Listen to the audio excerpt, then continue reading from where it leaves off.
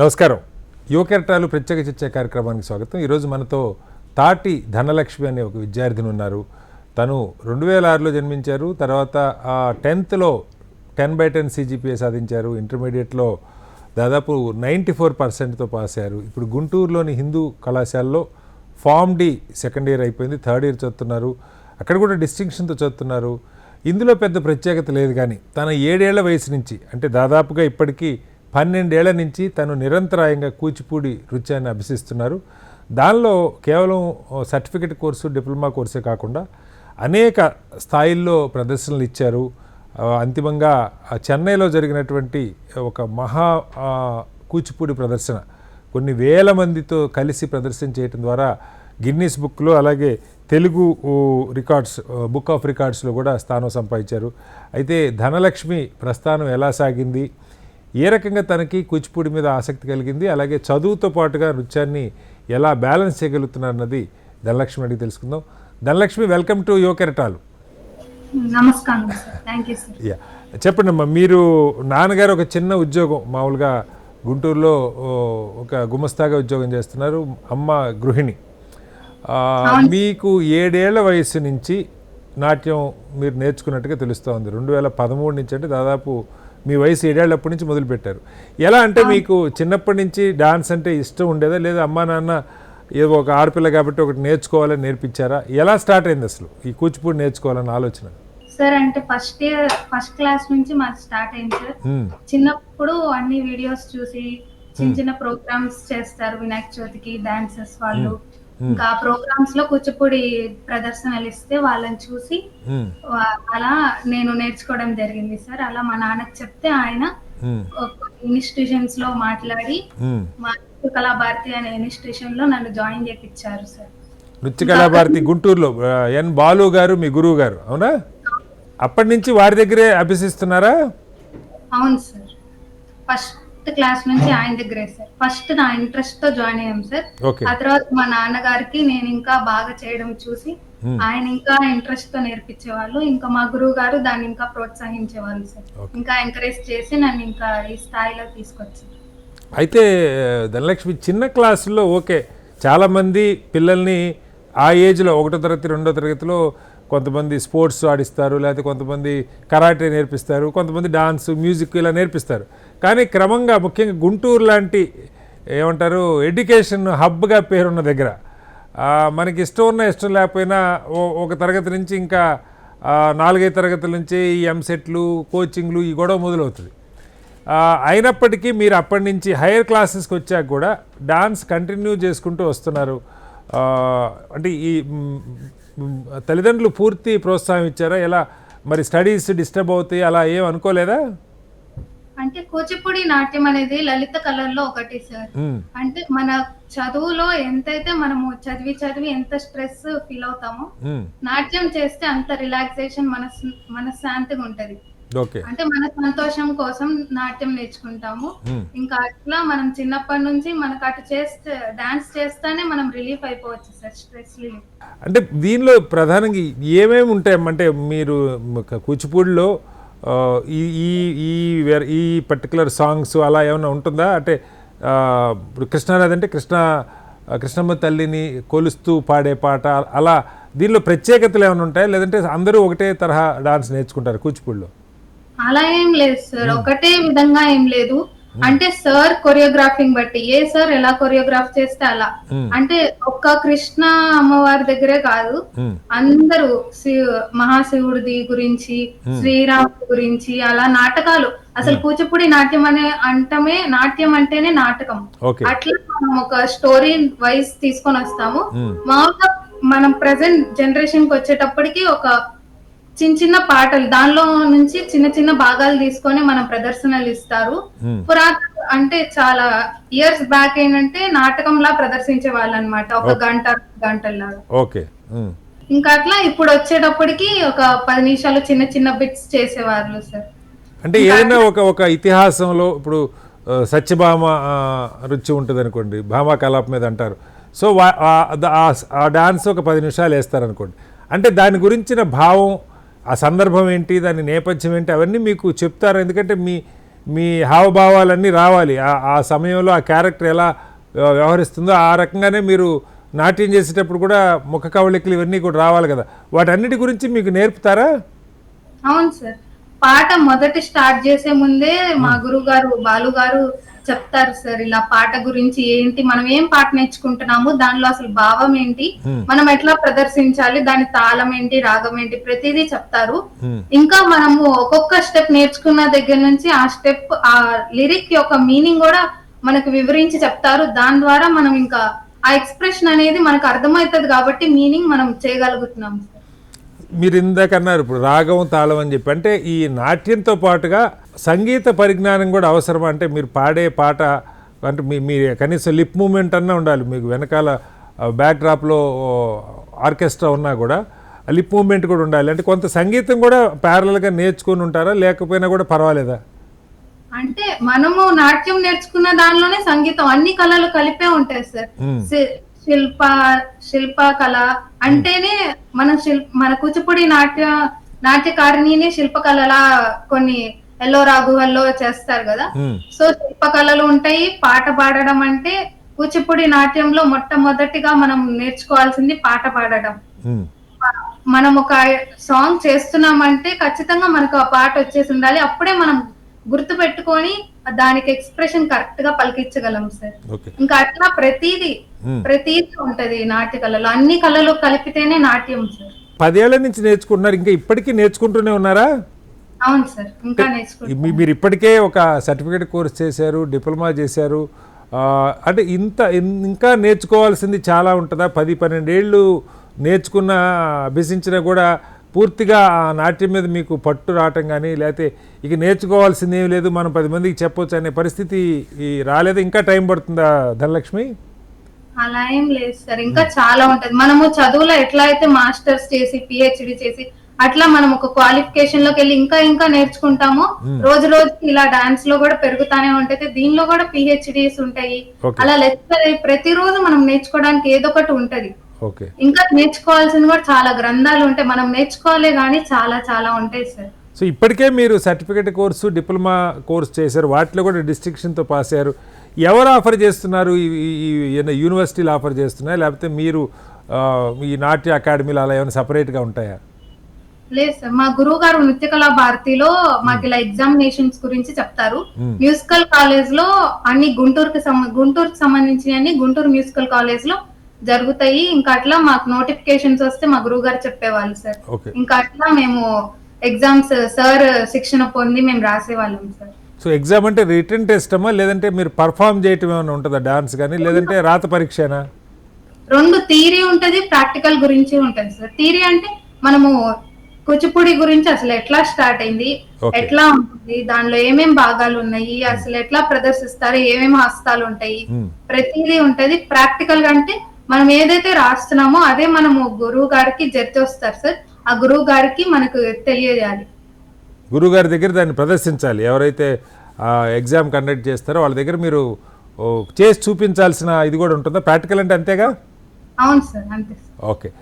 ఆ తర్వాత అంటే దీని తర్వాత మీ ప్రదర్శనలు ధనలక్ష్మి అంటే కృష్ణా పుష్కరాలతో మొదలుపెట్టారు, ఆ తర్వాత వివిఐటి కాలేజ్ వాళ్ళది ఒక పెద్ద ప్రోగ్రాంలో చేశారు, విజ్ఞాన్ వాళ్ళది నేషనల్ యూత్ ఫెస్టివల్లో మీరు 3rd ప్రైజు ఇలా, అలాగే చెల్లూరుపేటకి సంబంధించిన జాతీయ కూచిపూడి నృత్యపోటీలో మొదటి బహుమతి గెలిచారు. అంటే వీటన్నిటికీ ప్రత్యేకమైనటువంటి సాధన, కొంత ఎక్కువ సమయం పెట్టి నేర్చుకోవటం అలా ఉంటుందా, లేకపోతే ఎట్లా దీనిలో ఎలా పార్టిసిపేట్ చేయగలుగుతారు? ప్రత్యేక సాధన అనేది ఉంటుంది సార్. మాకు చిలకలూరుపేట కాంపిటీషన్స్ అనేవి సమ్మర్ హాలిడేస్ లో వస్తాయి. ఇంకా సమ్మర్ హాలిడేస్ అంటే మాకు ఇంకా హాలిడేసే కాబట్టి ఖాళీగానే ఉంటాం కాబట్టి ఇంకా ప్రతిరోజు మేము వెళ్ళి శిక్షణ పొంది మా గురువు గారి దగ్గర ఇంకా అట్లా మేము కాంపిటీషన్స్ లో పార్టిసిపేట్ చేసే వాళ్ళం. ఇలా ప్రోగ్రామ్స్ ఏమైనా ఉంటే పొద్దున అన్ని కాలేజెస్ గానీ స్కూల్స్ గానీ పొద్దున్న 6 దాకా జరిగితే ఈవినింగ్ టైం మాకు ఒక 1.5 hour గానీ 2 hours గానీ డాన్స్ ప్రాక్టీస్ ఉంటది సార్. ఇంకా అప్పుడు అలా నేర్చుకుంటా ఉంటాం డే బై డే. సండేస్ కూడా కొన్నిసార్లు క్లాసెస్ జరుగుతాయి సార్.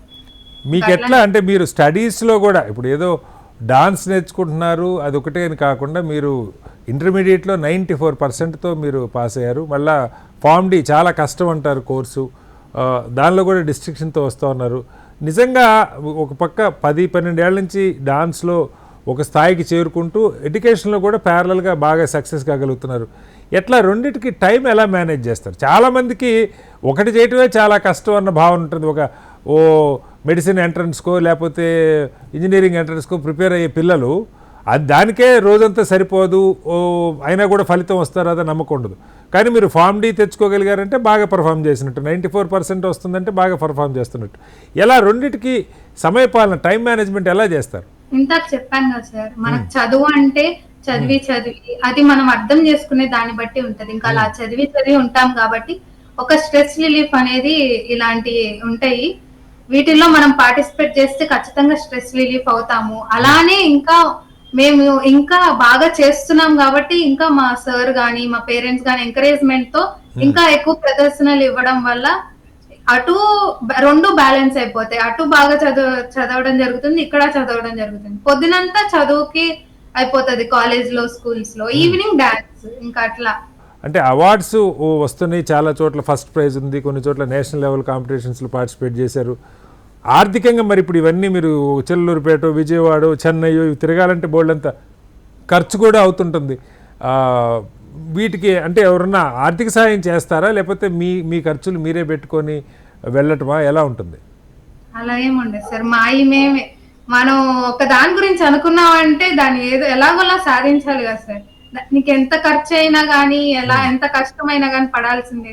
అవన్నీ లెక్కలోకి రావు సార్. అయితే మీరు ప్రత్యేకంగా ఒక ఈ అయోధ్య ఈ సంవత్సరమే 2024 ప్రారంభం అయోధ్య రామాలయ ప్రారంభం సందర్భంలో బాలరాముడి దీనిలో అదిగదిగో అయోధ్యపూర్ అని చెప్పి మీరే ఒక దాన్ని ఏమంటారో ఒక నృత్యాన్ని మీరే కంపోజ్ చేసి అంకితం ఇచ్చారంటారు. ఏంటి అది, కాన్సెప్ట్ ఏంటి? మీ అంతటి మీరు ఒక నృత్యాన్ని కంపోజ్ చేసే ఏ థీమ్ తీసుకున్నారు? అంటే అయోధ్యలో రాముడి విగ్రహం ఎలా అయితే ప్రతిష్ఠించారో ఆ సందర్భంగా ఇంకా ఇక్కడ పాట ప్రదర్శించాం సార్. అట్లా కొరియోగ్రాఫ్ చేసి చాలా బాగా నచ్చింది ఆ పాట. ఇంకా అట్లా ఇంకా ఎట్లా అది మీరే కొరియోగ్రాఫ్ చేసుకున్నారా దానికి? అవును సార్, నేనే చేశాను. ఏంటి అది థీమ్ ఏంటమ్మా? అయోధ్యలో రాముడి విగ్రహ ప్రతిష్ఠ జరుగుతుంది, ఆ సందర్భంలో ఏం తీసుకున్నారు, దానిలో ఏం చెప్పారు ఆ సాంగ్ లో? స్వాగతిస్తా రాముడిని అలా. ఓకే, రాముడిని దాన్ని మరి ఎక్కడ ప్రదర్శించారా? లేదు సార్, మీరు కొరియోగ్రాఫ్ చేసింది, మీరు డాన్స్ చేశారు, ఒక థీమ్ తీసుకున్నారు, దాన్ని ఎక్కడ మరి అయోధ్య రామాలయం వాళ్ళకి పంపటము లేకపోతే అట్లా ఏమి దానికి ఎంకరేజ్మెంట్ ఎలా ఉంది ప్రభుత్వాల నుంచి కానీ లేదంటే ఈ భక్తుల నుంచి కానీ ఇతరుల నుంచి? అలా ఏం లేదు, అంత ఎంకరేజ్ మా సార్ కోసమే. అంటే ఆయన సంతృప్తి కోసం మేము ఎంత స్టూడెంట్లు ఏ స్థాయికి వెళ్ళామో మా సార్ ఆనందపడాలి కదా సార్. అంటే ప్రభుత్వం అలా అటువైపు ఏం లేదు, జస్ట్ మా సంతోషం కోసం మేము చేసాం సార్. దీనిలో ఇంకా ఏం చేయాలనుకుంటున్నారు? ఇప్పటికి 12 ఏళ్ల నుంచి నేర్చుకున్నారు, ఏంటి మీ లక్ష్యం ఏంటి నాట్యంలో? ఏ స్థాయికి వెళ్ళాలనుకుంటున్నారు, ఇంకా ఏమేమి నేర్చుకోవాలనుకుంటున్నారు? అది ముందే ఏం డిసైడ్ అవ్వలేదు సార్. ఇంకా కష్టపడతానే ఉంటాము, ఎంత వెళ్తే అక్కడ దాకా. ఇప్పుడు డిప్లొమా తర్వాత ఏముంటాయేమో దీనిలో? డిప్లొమా కోర్స్ అయిపోయింది, సర్టిఫికేట్ కోర్స్ అయిపోయింది, సార్ ఎంఏ ఉంటది, పిహెచ్డి ఉంటది. Okay okay. ఎట్లా అంటే దీనిలో ఏముంటుంది ఆ సబ్జెక్టులో? అంత అన్ని 4 ఏళ్ళు చదివేంత సబ్జెక్ట్ ఏముంటుంది? మీరు డిప్లొమా చేశారు, ఏమేమి కవర్ చేస్తారు సిలబస్లో మీకు? అంటే ప్రాచీన కాలంలో చాలా బుక్స్ ఉన్నాయి సార్. నాట్య శాస్త్రం అని, అభినయ దర్పణం అని, ఇలా పెద్దవాళ్ళు భరతముని నాట్య శాస్త్రం రాశారు సార్. నాట్యం గురించి ప్రతిదీ, అంటే ఈ భారతదేశంలో, ఇండియాలో ఏవైతే నాట్య కళలు ఉన్నాయో ప్రతి దాని గురించి ఆ నాట్య శాస్త్రంలో ఉంటది సార్, ప్రతి పాయింట్ ఉంటది. ఇంకా అభినయ దర్పణం, దాన్ని నందికేశ్వరుడు రాశాడు. ఇంకా అలా దానిలో కూడా ప్రతిదీ నాట్య శాస్త్రంలో ఏదైతే ఉండదో అదే అభినయ దర్పణంలో ఉంది. ఇంకా నందికేశ్వరుడు ఇంకా సొంతంగా కొత్తగా వచ్చిన కవులు సార్ ఇంకా ఎక్కువగా తెలుసుకొని వాటిల్లో ఇంకా ఎక్కువ రచనలు చేయడం జరిగింది. ఇంకా ప్రతిదీ మనం అసలు నాట్యంలో ఏదైతే హస్తాలు అభినయిస్తామో అభినయాలు ఉంటాయి, చతుర్విధ అభినయం అన్ని ఉంటాయి సార్, 4 అభినయాలు, ఇంకా సాత్విక అభినయం, మనసులో మనం ఏదైతే కోరుకుంటామో అది మన ముఖ కవలికల ద్వారా ప్రేక్షకుడికి తెలియజేయడం. ఇంకా అట్లా ప్రతిదీ రసాలు, నవరసాల గురించి ఉంటది, ప్రతి దాని గురించి ఉంటది సార్. చాలా ఇంకా డిప్లొమా కోర్స్ అనేది ఇలా బుక్స్ గురించి బేస్ అయి ఉంటది. దానిలో ఎంతైతే మ్యాటర్ ఉంటుందో మనకి సిలబస్ కూడా ఉంటది సార్. సర్టిఫికేట్ కి ఇంత సిలబస్, డిప్లొమాకి ఇంత సిలబస్ అని ఆ సిలబస్ ప్రకారం మనం చదువుకొని రాయడం. సో ఆ పుస్తకాలు వాటికి సంబంధించిన సిలబస్ ఆ గ్రంథాలు అవన్నీ మరి మీకు ఎవరిస్తారు మెటీరియల్? అదంతా ఇది కాలేజ్ కాదు, ఇప్పుడు హిందూ కాలేజ్కి వెళ్తే మీకు ఫార్మ్ డీకి సంబంధించి లైబ్రరీ ఉంటుంది, పుస్తకాలు ఉంటాయి. మరి ఇవన్నీ ఎక్కడ దొరుకుతాయి మీకు? మా గురువు గారు ఆయన చదువుకునేటప్పుడు వాళ్ళ గురువు గారు అలా గురువుల నుంచి కొంచెం కొంచెం మ్యాటర్ వస్తాను. ఇంకా కొన్ని బుక్స్ కూడా ఉంటాయి సార్ బయట నాట్యం గురించి. ఆ బుక్స్ ద్వారా రిఫర్ చేయడం ద్వారా కూడా తెలుస్తుంది. మామూలుగా డిప్లొమా సర్టిఫికేట్ కోర్స్ అయితే మాకు మా గురువు గారే శిక్షణ ఇచ్చారు. ఆయన చెప్పిన ప్రతిదీ మేము నోట్ చేసుకొని రాయడం ద్వారా మాకు ఇంకా ఇలా వస్తుంది. ఓకే, మరి ఎంఏ కూడా చేయాలనుకుంటున్నారు దీనిలో? అనుకుంటున్నాను.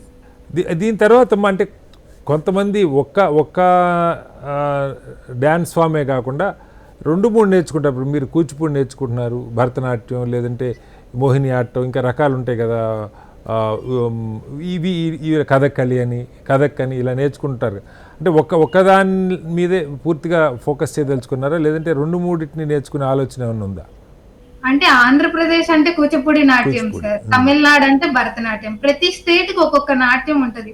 ఇంకా ఆంధ్రప్రదేశ్ లో కూచిపూడి నాట్యం కాబట్టి మేము దీని మీదే ఇంకా శ్రద్ధ తీసుకున్నాం సార్. సో ఎవరు మీ కూచిపూడి నాట్యంలో ఎవరు మీకు ఆదర్శం?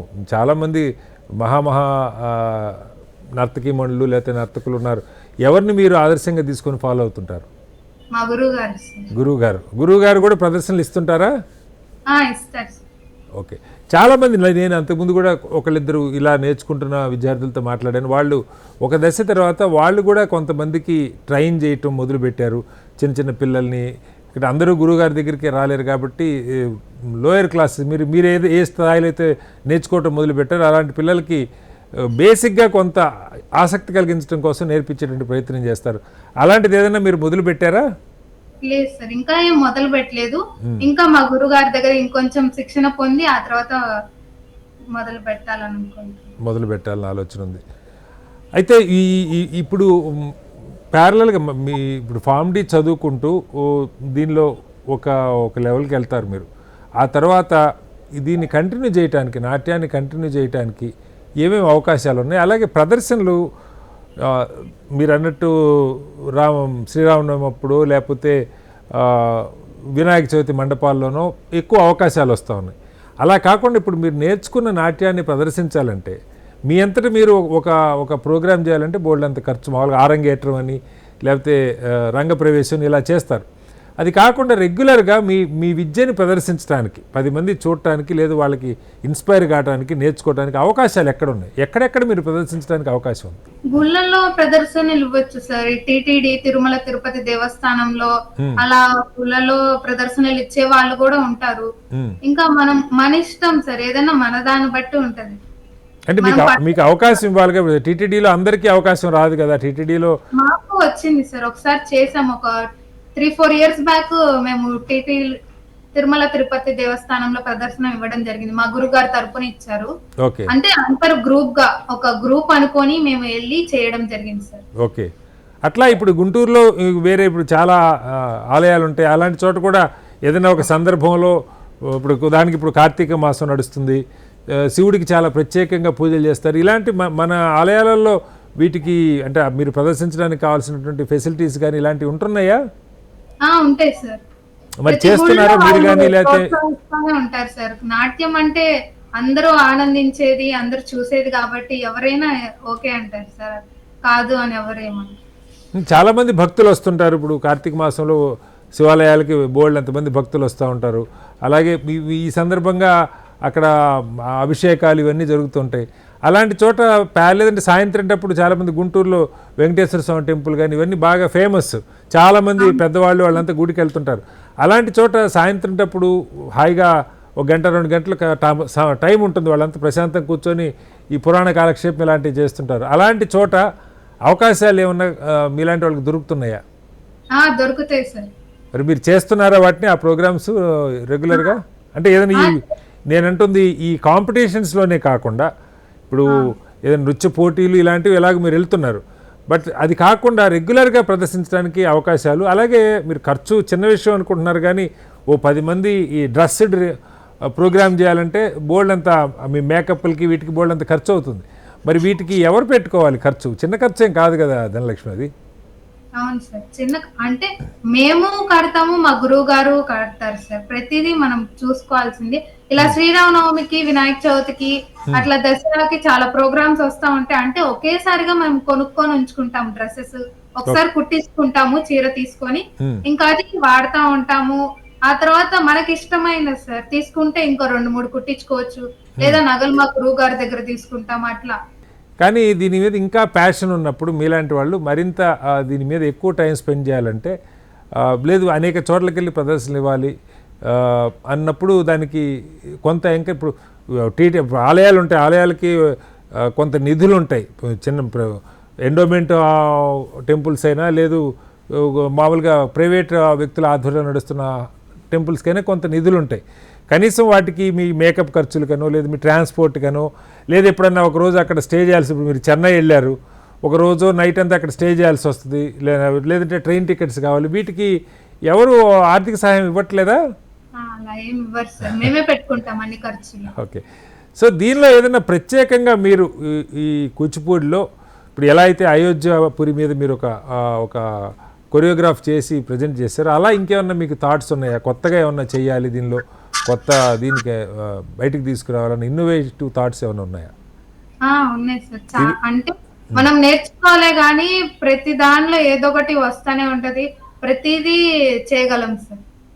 ఇంకా చాలా నేర్చుకోవచ్చు సార్. ఇంకా మా గురువు గారి దగ్గర, మా గురువు గారు ఇంకా చాలా ఎక్కువ ప్రదర్శనలు ఇస్తారు. ఇంకా వెంకటేశ్వర స్వామి చరిత్ర, కృష్ణుడి గురించి బృందావనంలో ఎలా అయితే నాట్యం ప్రదర్శించారో అట్లా ప్రదర్శనలు ఆయన కొరియోగ్రాఫ్ చేసినవి కూడా ఉన్నాయి. ఇంకా అట్లా మేము అంత స్థాయికి వెళ్ళాలని అలా కోరుకుంటున్నాం సార్. ఇంకా చాలా ఉన్నాయి. అట్లాగే సామాజిక అంశాల మీద ధనలక్ష్మి, ఎందుకంటే మీరు గ్రాడ్యుయేషన్ చేస్తూ ఉన్నారు, భక్తి భగవంతుడికి సంబంధించిన అనేక అంశాలు కృష్ణుడికో రాముడికో లేకపోతే వెంకటేశ్వర స్వామి మీదో కనకదుర్గ మీదో వాటికి సంబంధించినటువంటి నేపథ్యాలు వాటి మీద కార్యక్రమాలు ఒక భాగం అయితే, సామాజిక అంశాలు వాళ్ళ సమాజంలో వరకట్నమో లేదా మహిళల మీద వేధింపులు ఇలాంటివి ఉంటాయి. వీటిని ప్రజలకి మామూలుగా ప్రసంగాల్లో చెప్పడం కంటే కళారూపాల్లో చెప్పడం మరింత బాగా ఈజీగా అర్థమవుతుందని చెప్పి అంటారు. చాలా ఉద్యమాలు, సామాజిక ఉద్యమాలు అలాగే వచ్చాయి, వరకట్న వేధింపులు లేదా ఇలాంటి వాటి మీద. వీటి మీద ఏమైనా ప్రత్యేకంగా ఉన్నాయా? ఆల్రెడీ కంపోజ్ చేసినవి కానీ లేదు అలాంటి ఆలోచనలు ఏమైనా గురువుగారి దగ్గర కానీ లేదా మీలాంటి వాళ్ళు కానీ వస్తున్నాయా? ఎస్, మీరు డాన్స్ చేయగలరు, ఒక అంశాన్ని మీ అభినయం ద్వారా బ్రహ్మాండంగా చెప్పగలుగుతారు. అయితే సమాజంలో ఇంకా ఇతర చాలా సమస్యల మీద కూడా ప్రజలకి తేలిగ్గా అర్థం కావడానికి ఈ సోషల్ మీడియా ఎఫెక్ట్స్ కానీ లేదా ఏదైనా సరే వీటి మీద ఎప్పుడైనా ఆలోచన చేశారా? ఎలా వీటిని ఏమన్నా మనం డాన్స్ రూపంలో చెప్పొచ్చా అని?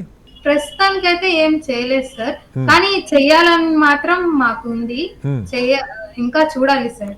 దాన్ని కేలిక అని కూడా నాట్యంలో అంటారు. ప్రస్తుత భాగాన్ని తీసుకొని మనము ప్రదర్శనలు ఇచ్చేదాన్ని కేలిక అంట, నాట్య ప్రదర్శనలు ఇచ్చేదాన్ని. ఇంకా ప్రస్తుతానికి అయితే మేమేమి, మా గురువు గారు కానీ మేము ఇంకా ఏం చేయలేదు. సో ఆ కేలికలోకి ఇంకా మీరు వెళ్ళలేదు. ఓకే. అంటే వెళ్ళటం అంటే దాని మీద రెడీమేడ్గా కంపోజ్ చేసిన ఏముండవు, ఆ సందర్భాన్ని తీసుకొని దానికి తగ్గట్టుగా మీరే ఒకటి కొరియోగ్రాఫ్ చేయాలి, అంతేనా? అవును సార్, మేమే చేయాలి. సో అంతిమంగా మీ లక్ష్యం ఏంటమ్మా? స్టడీస్ విషయంలో కూడా ఏ రకం ముందుకెళ్ళాలనుకుంటున్నారు? జీవితాశయం ఏంటి? ఏం కావాలనుకుంటున్నారు ఫైనల్గా? అంటే ఫార్మడీలో ఒక గ్రేట్ డాక్టర్ అవ్వాలని, ఇంకా డాన్స్ లో ఒక గ్రేట్ డాన్సర్ అవ్వాలని. Okay, right Dhanalakshmi. Wish you all the very best. ఇది ఈ వారం యువ కెరటాలు. వచ్చే వారం మరో మళ్ళీ కలుద్దాం. అందరికీ నమస్కారం, సెలవు.